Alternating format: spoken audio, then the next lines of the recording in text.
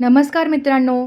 नागपूर शहर पोलीस भरतीचा गणिताचा पेपर पाहिला तर एक गोष्ट नक्की जाणवते की हा पेपर खूपच वेळखाऊ होता. हा पेपर सरासरीपेक्षा थोडा कठीण आणि आव्हानात्मक होता. ज्यांचे बेसिक पक्के आहेत त्यांनाच यात बाजी मारता आली असेल. आज आपण या पेपरचे सविस्तर स्पष्टीकरण पाहणार आहोत, जेणेकरून भविष्यातील परीक्षेत तुम्हाला अशा प्रश्नांची भीती वाटणार नाही. चला तर मग सुरुवात करूया. प्रश्न क्रमांक 59. पुढीलपैकी योग्य समीकरण ओळखा. आता ऑप्शन ए मध्ये काय दिले, 13 वजा 6 गुणिले 3 अधिक 12 भागिले 4. आता हे साईन काय इंडिकेट करते, जी लेफ्ट साईड आहे ती मोठी आहे राईट साईडपेक्षा. आता हे सॉल्व करूया आपण. बॉडमास रूल यूज करून सॉल्व करूया. ब्रॅकेट इथे नाही आहे, ऑफ नाही आहे, डिव्हिजन स्टार्टला करायची. 13 वजा 6 गुणिले 3 अधिक याचं 12 भागिले 4 किती होईल, 3. ओके. त्यानंतर काय करायचं, मल्टिप्लिकेशन करायचं. 13 वजा साइन त्रिक 18 अधिक 3. त्यानंतर काय करायचं, ॲडिशन करायचे. 13 अधिक 3 16 वजा 18 -2 उत्तर येईल. आता -2 मोठा आहे का -5 पेक्षा, तर -5 इथे आहे, -2 हे आहे. म्हणजे या साईडच्या संख्या जे काय असणार आहेत त्या मोठ्या असणार आहेत. म्हणजे -2 हे -5 पेक्षा मोठं आहे. त्यामुळे विधान हे आपलं बरोबर आहे. विधान बी लिहून घेतलेलं आहे पण. 10 - 4 × 3 + 15 / 5 << -3. आता सेम इथं केलंय तसंच करायचं आहे. 15 / 5 किती होईल, 3 होईल. त्यानंतर 4 × 3 12 मल्टिप्लिकेशन घेतोय आपण. त्यानंतर 10 + 3 13 13 - 12 1 1 -3 आहे का, म्हणजे एक लहान आहे का -3 पेक्षा, नाही, एक हा मोठा आहे -3 पेक्षा. त्यामुळे विधान बी चुकीचं आहे. त्यामुळे आपलं उत्तर असेल फक्त ए योग्य आहे. पर्याय ए फक्त योग्य आहे. प्रश्न क्रमांक 61. 2 समान आकाराच्या भांड्यातील दुधामध्ये पाणी व दूध यांचे प्रमाण अनुक्रमे 3:4 व 5:3 आहे. त्या दोन भांड्यातील एकूण दुधाचे द्रावण एका तिसऱ्या भांड्यात ओतल्यास त्या तिसऱ्या भांड्यातील दुधाच्या द्रावणातील पाणी व दूध यांचे प्रमाण किती. आता इथे आपण कसं काढतोय, पाणी आणि दूध दिलेलं आहे बरोबर. आपल्याला पहिल्यामध्ये 3:4 दिलेलं आहे आणि पाणी आणि दूध दुसऱ्यामध्ये किती दिलेलं आहे, 5:3 दिलेलं आहे बरोबर. आता आपल्याला काय सांगितलंय, पाणी व दुधाचे प्रमाण आपल्याला काढायचे. सुरुवातीला आपण पाण्याचं प्रमाण काढूया. कसं घेतोय आपण पाण्याचं, 3 / 7 आणि इथं किती येणार, 5 / 8.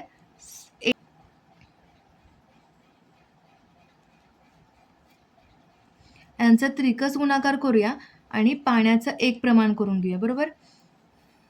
8 त्रिक 24 प्लस 7 5 35 8 7 8 56. म्हणजे हे किती आलं, 59 भागिले 56. हे झालं पाण्याचं प्रमाण. पाणी झालं हे. ओके. त्यानंतर दुधाचं प्रमाण इथं काढतोय आपण. दुधाचं प्रमाण कसं काढणार, 4 / 7 = 3 / 5 + 3 8 होईल. पुन्हा त्रिकस गुणाकार करतोय. 8 चोक 32 7 त्रिक 21 भागिले 56.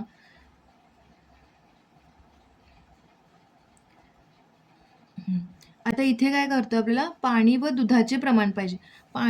पाणी व दूध. पाण्याचं प्रमाण आपण किती काढलेलं आहे, हे झालं पाण्याचं प्रमाण, हे झालं दुधाचं प्रमाण. आता पाण्याचं प्रमाण किती काढलेलं आहे, 59 भागिले 56 आणि दुधाचं प्रमाण किती आहे, 53 भागिले 56. मग हेच कसं लिहू शकतो, 59 भागिले 53. 56 56 कॅन्सल होईल. पर्याय क्रमांक ड आपलं उत्तर असेल, 59 भागिले 53. प्रश्न क्रमांक 62. जर आयताची प्रत्येक बाजू 50% वाढवली तर त्याचे क्षेत्रफळ किती पटीने वाढेल.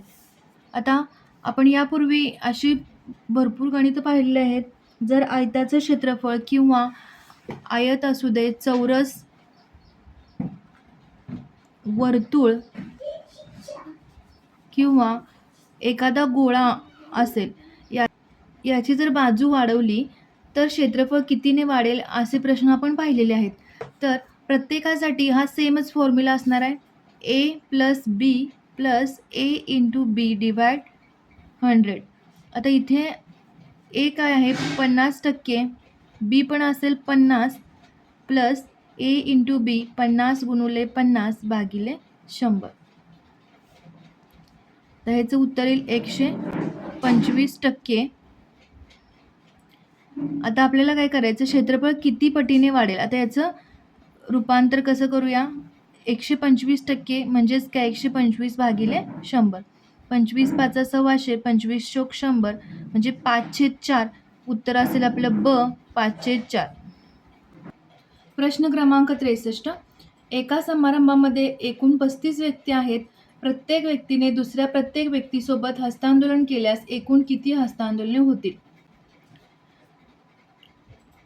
हस्तांदोलनाचा फॉर्म्युला काय आहे, तर n-1 डिवाइड 2.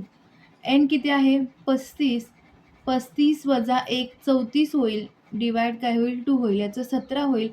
35 गुणुले 17 उत्तर असेल आपलं 595. पर्याय क्रमांक अ आपलं उत्तर असेल 595 हस्तांदोलने होतील. प्रश्न क्रमांक 64. वडिलांचे वय मुलाच्या वयाच्या चौपट आहे. 8 वर्षानंतर वडील मुलाच्या 2.5 पट असतील तर आणखी 8 वर्षानंतर वडिलांचे वय किती. आता हा प्रश्न आपण ऑप्शनवरून सोडवायचा आहे. शेवटचं वाक्य काय दिलेलं आहे, आणखी 8 वर्षानंतर वडिलांचे वय किती. आता हे 8 वर्षानंतरचं आहे, त्यामुळे ऑप्शन अ 36 वजा 8 किती होणार, 28 होईल. ऑप्शन ब 40 वजा 8 किती होईल, 32 होईल. ऑप्शन क 48 वजा 8 40 होईल. आणि ऑप्शन ड 24 वजा 8 काय होईल, 16 होईल. आता पुढे काय सांगितले, 8 वर्षानंतर वडील मुलाच्या 2.5 पट असतील. आता 2.5 पट म्हणजे काय करू शकतो आपण, 28 भागिले 2.5 करूया, 32 भागिले 2.5. ॲट अ टाइम सगळे ऑप्शन आपण चेक करतोय. 2.5 16 डिवाइड 2.5. यामध्ये आता भाग जातोय का बघायचं. आपण 28 कसं लिहितोय, 25 हा पॉईंट काढायचा असेल तर वरती 0 वाढवतोय. 25 एके 25 पूर्ण भाग जाणार नाही, 30 राहतील, त्यामुळे पूर्ण भाग जाणार नाही, त्यामुळे हा ऑप्शन होणार नाही. इथं होतोय का बघायचा, पॉईंट काढून घेतला, 25 एके 25, 7 राहिले, 70 राहिले, 25 त्रिक 75, इथे पण पूर्ण भाग जाणार नाही. 40 आणि डिवाइड 25 केला, हा पॉईंट काढून घेतला, 25 एके 25, 15, 25 सख 150, इथे पूर्ण भाग जाईल ऑप्शन क मध्ये, त्यामुळे ऑप्शन क उत्तर असण्याची चान्सेस आहेत. आता इथे बघूया, 160 भागिले 25 ऑप्शन ड मध्ये 25 सख 150, त्यामुळे 10 उरतात, त्यामुळे पूर्ण भाग इथेही जात नाही, त्यामुळं आपलं उत्तर क असू शकतंय. आता ते पुढे चेक करूया आपण वडिलांचे वय 40, ऑप्शन क मध्ये वडिलांचे वय 40, मुलाचे वय काय येईल, 2.5 पट असल्यामुळे आता मुलाचे वय आपल्याला आन्सर आलेलं आहे ते 16 जे आलेलं आहे ते मुलाचे वय आलेलं आहे. आता पुढे कंडिशन काय सांगितलंय, वडिलांचे वय मुलाच्या वयाच्या चौपट आहे. 8 वर्षानंतर वडील मुलाच्या 2.5 पट असतील. आता यातून 8 मायनस करूया आपण दोन्हीमधून, म्हणजे किती राहील इकडे 32 होतील, 40 वजा 8 32 होईल, 16 वजा 8 8 होईल. आता हे 8 हे चौपट आहे काय, 8 चोक 32 म्हणजेच वडिलांचे वय मुलाच्या वयाच्या चौपट आहे, म्हणजे आपलं उत्तर बरोबर आहे, ऑप्शन क आपलं उत्तर असेल. प्रश्न क्रमांक 67. एक ट्रेन सुरुवातीचे 20 किलोमीटर अंतर 60 किलोमीटर प्रति तास वेगाने, पुढील 20 किलोमीटर अंतर 80 किलोमीटर प्रति तास वेगाने, पुढील 20 किलोमीटर अंतर 100 किलोमीटर प्रति तास वेगाने जाते, तर पूर्ण 60 किलोमीटर अंतर कापण्यास किती वेळ लागेल. आता याने काय सांगितलंय, 20 किलोमीटरचे 3 टप्पे केलेले आहेत, 20 किलोमीटर 20 किलोमीटर. आता पहिले 20 किलोमीटर 60 किलोमीटर प्रति तास वेगाने, नंतरचे 80 किलोमीटर प्रति तास वेगाने, आणि त्यानंतरचे जो 20 किलोमीटरचे अंतर आहे ते 100 किलोमीटर प्रति तास वेगाने जाणार आहे. तर एकूण वेळ किती लागेल असं विचारलंय. बरोबर, पहिले 20 किलोमीटर 60 किलोमीटर प्रति तास वेगाने, म्हणजे अंतर भागिले वेग केलेला आहे. इथं उत्तर किती येईल? 1/3. आता हे आपल्याला मिनिटामध्ये आन्सर पाहिजे. हे किती? तासामध्ये हे आन्सर आलेलं आहे. म्हणजेच याचं काय येईल? 20 मिनिट. पहिला टप्पा पूर्ण करण्यासाठी त्या ट्रेनला 20 मिनिट लागेल. नंतर दुसरा टप्पा आहे जो 20 किलोमीटरचा आहे, तो 80 किलोमीटर प्रति तास वेगाने जाणार आहे. 1/4 तास म्हणजेच 1/4 गुणिले 60 म्हणजे 15 मिनिटे. आणि तिसरा टप्पा जो आहे 20 किलोमीटर 100 किलोमीटर प्रति तास वेगाने 1/5 तास म्हणजेच 1/5 गुणिले 60 12 मिनिट. आता हे सगळं जे वेळ आलेला आहे तो मिनिटामध्ये आलेला आहे. तर हे अंतर कापण्यास एकूण किती वेळ लागेल? 20 + 15 + 12 म्हणजे 47 मिनिट आपलं उत्तर असेल. 47 मिनिट. पर्याय क्रमांक क आपलं उत्तर असेल. प्रश्न क्रमांक 68.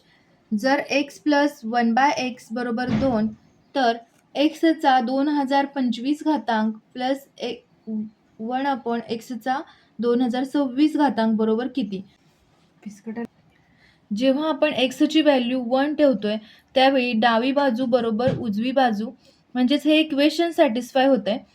चेक करूया. 1 + 1/1 / 2 = 2 म्हणजेच काय? 1 + 1 = 2.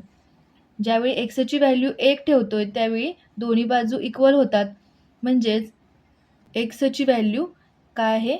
1. आता इथे काय करूया? x ची व्हॅल्यू या इक्वेशनमध्ये 1 ठेवूया.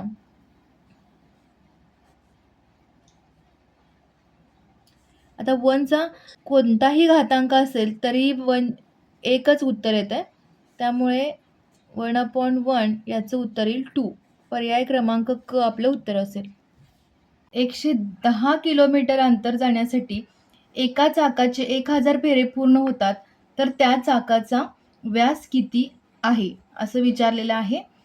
तर सुरुवातीला आपल्याला काय बघायचं आहे? 1000 फेरे आणि इथं काय आहे? अंतर किलोमीटरमध्ये आहे, पण आपले उत्तर कशामध्ये आहेत? मीटरमध्ये उत्तर आहेत. मग आता सुरुवातीला काय करूया? किलोमीटरचं मीटरमध्ये करून घेऊया.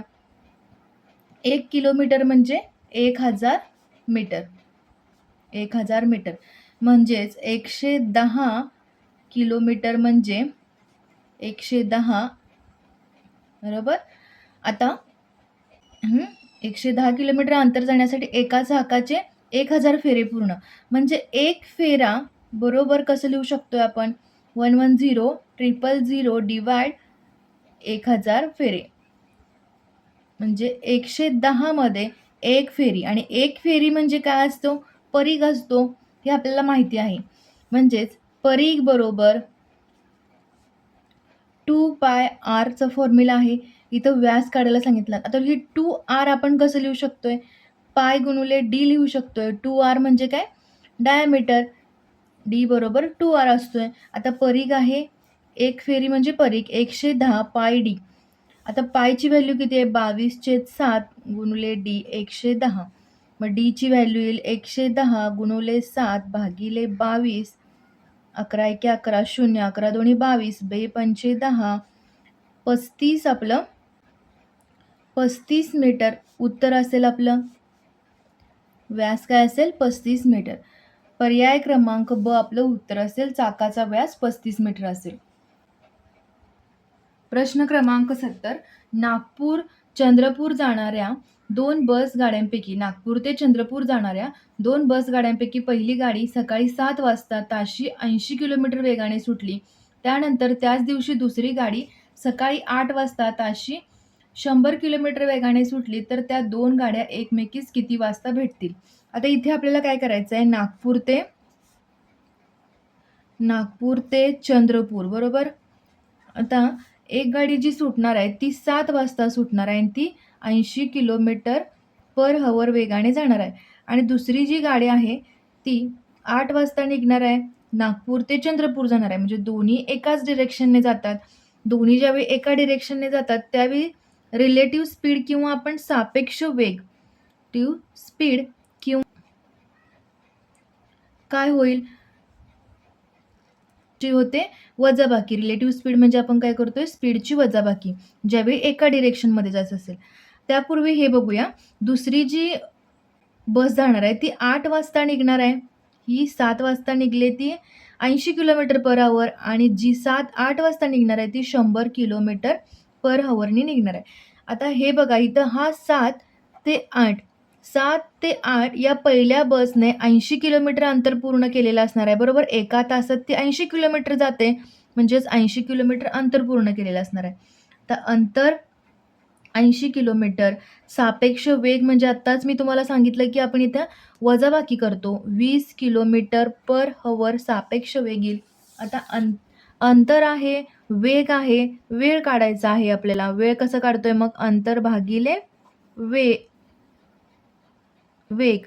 अंतर किती आहे, 80 किलोमीटर आणि जो सापेक्ष वेग आपण काढलेला आहे 4 तास, आपलं उत्तर येईल 4 तास.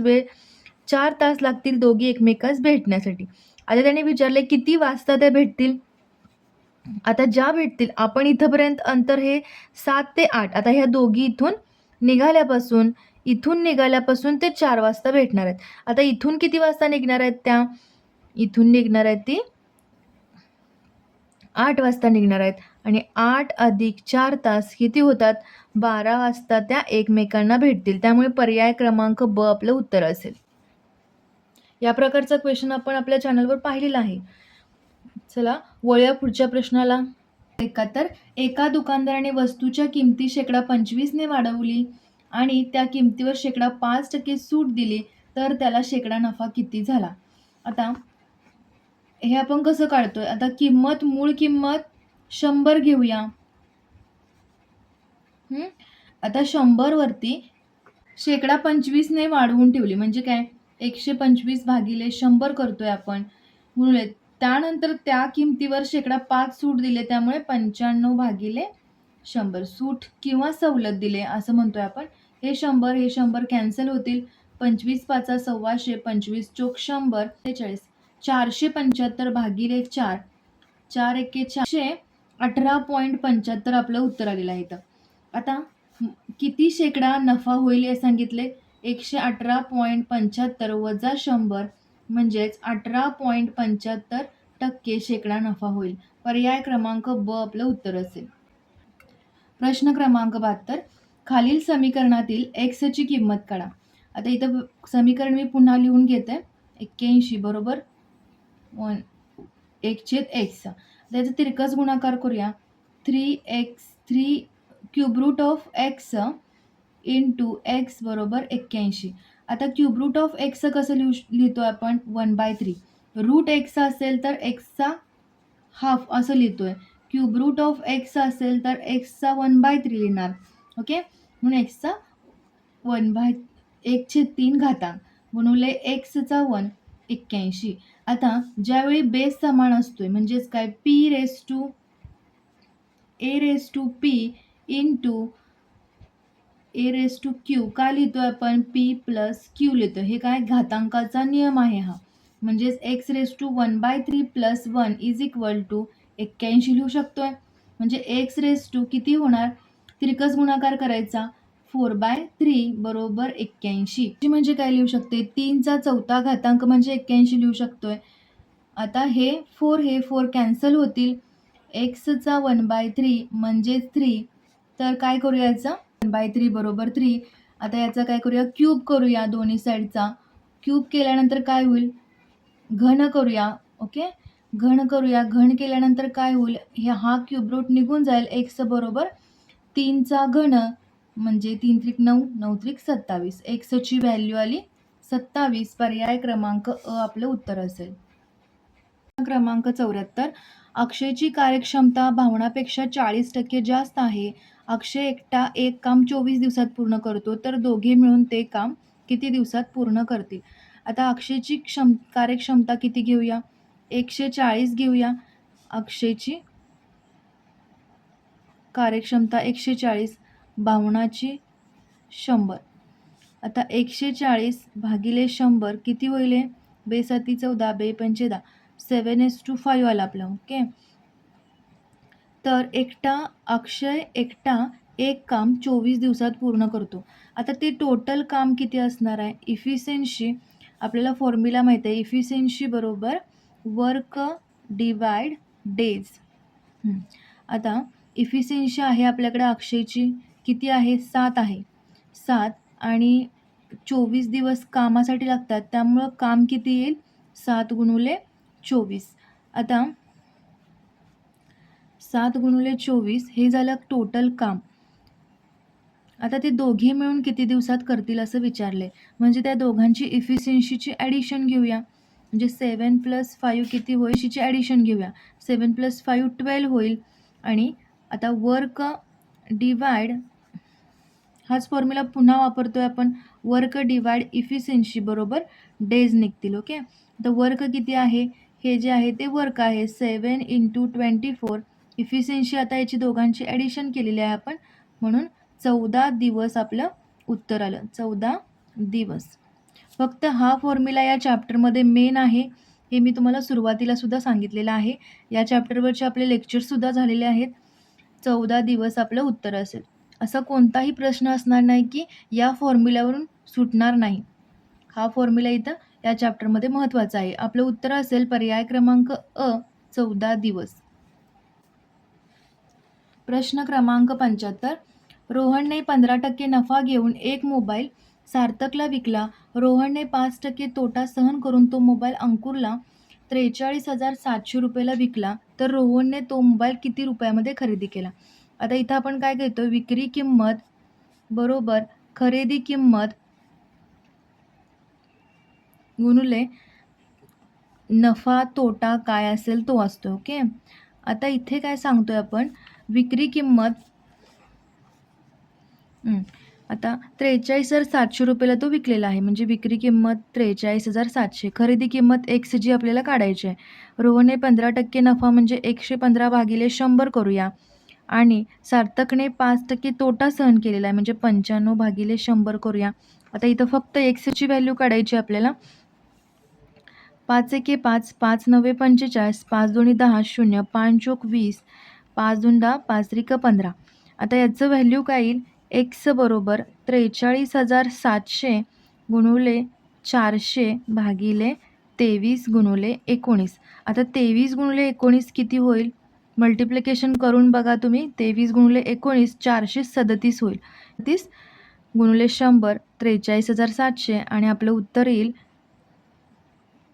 40,000 रुपये खरेदी किंमत येईल. तो मोबाईल रोहनने 40,000 रुपयेमध्ये खरेदी केला. पर्याय क्रमांक ब आपलं उत्तर असेल.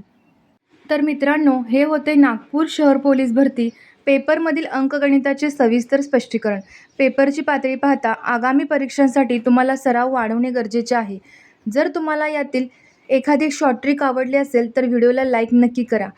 आणि पोलीस भरतीचे असेच महत्त्वाचे व्हिडिओ पाहण्यासाठी चॅनलला सबस्क्राईब करायला विसरू नका.